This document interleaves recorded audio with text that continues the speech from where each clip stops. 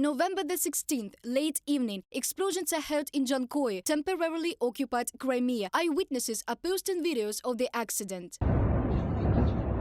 And such videos are recorded from time to time throughout the territory of the temporarily occupied Crimea. Military warehouses, oil depots and airfields explode. The Russian authorities do not comment on this situation. The enemy is busy restoring the Crimean bridge, which was blown up in early October. The Russian government expects to restore the bridge before July. However, according to the British Ministry of Defense, it takes at least a year to repair the Crimean crossing, and this is a bad signal for the Russian occupiers. The Crimean bridge attack has disrupted Russian logistics supplies for Crimea and southern Ukraine, reducing Russia's ability to move military equipment and troops into the area by rail or road. From the Ministry of Defense of the United Kingdom on Twitter. Despite the frequent explosions, martial law is not declared in Crimea, although shelters are already being prepared. Parents are called to donate money for the purchase of bio-toilets, coolers and first aid kits for arranging bomb shelters at the parents' meeting in Crimean schools. According to available information, shelters are being built not only in school, but also in shopping malls, large stores and public places of the cities of the peninsula. Oleksiy Tilnenko, chairman of the board of the human rights organization Crimea Source, in an interview with Krim Reali.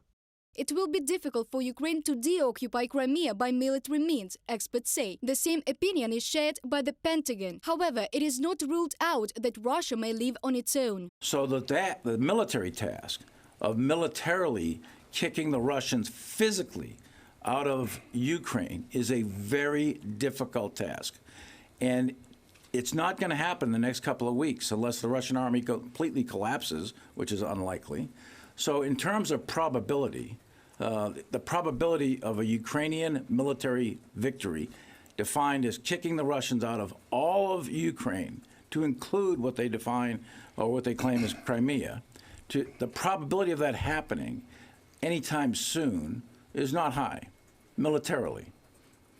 Politically, there may be a political solution where politically the Russians withdraw. That's possible. The occupation of Crimea is perhaps Putin's only victory in the war against Ukraine. All these years, since March 2014, residents of the peninsula have been convinced that they have returned home, and this was supposedly an achievement of Putin's regime. In fact, political analysts say that Russia has left Crimea isolated, that is, deprived of money, investments and opportunities.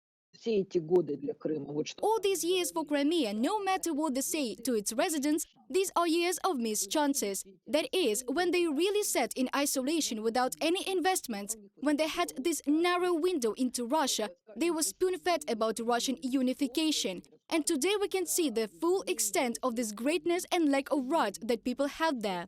Ukraine is determined to return Crimea to its borders by the end of spring. Such a forecast was announced in early October by the head of Ukrainian intelligence, Kyrylo Budanov. In the peace formula proposed by the President of Ukraine, Volodymyr Zelensky, one of the terms is to reach the borders of 1991, which means the return of Crimea as well. Reported by Dana Kolesnik, Faina Vasilenko, UATV News.